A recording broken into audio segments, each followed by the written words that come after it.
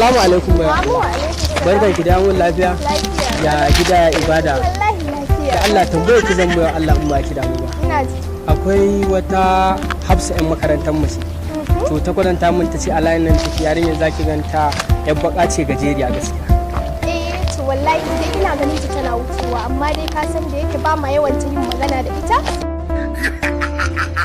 Amma oke to amma da Allah ke ya sunan ki. Wallahi sunana Maryam.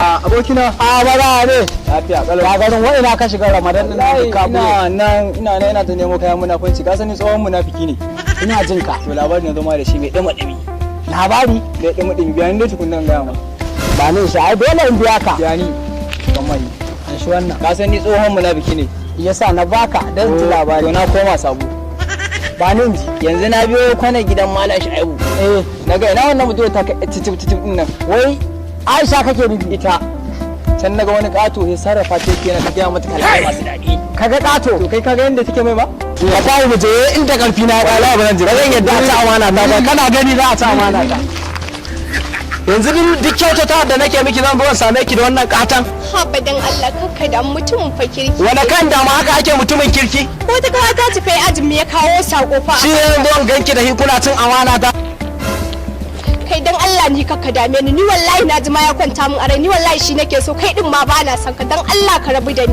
ko na rabu da buhun kaya da Allah. Hege baki.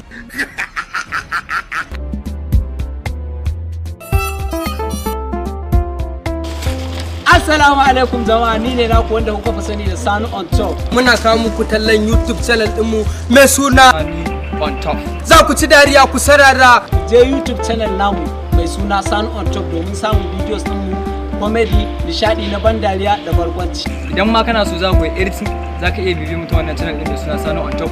ku shiga ku je ku yi subscribing ku danna ƙararrawa mun gode